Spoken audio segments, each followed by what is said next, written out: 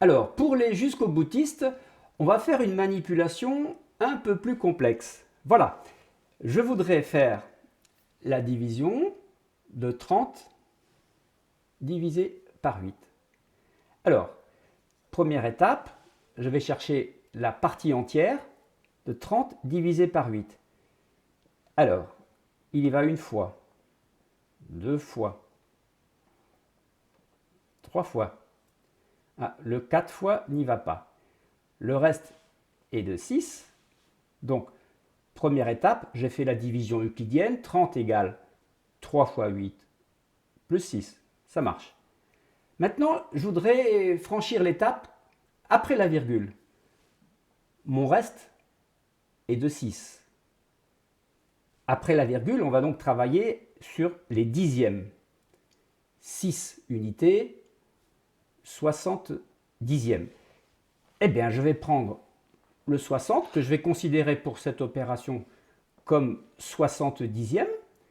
Voilà, je prends la barre du 60 et je vais diviser 60 par 8.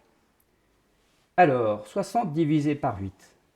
Une fois, deux fois, trois fois, voilà, trois fois, quatre fois, cinq fois, six fois, je peux reprendre cela, 7 fois, 7 fois 8, 7 fois 8, 56, et puis il me reste 4.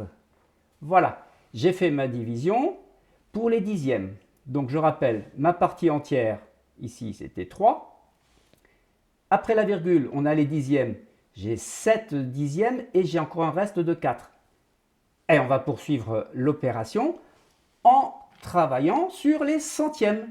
4 dixièmes, 40 centièmes. Je prends le 40 et je vais terminer mon opération en positionnant les 8 sur la barre du 40.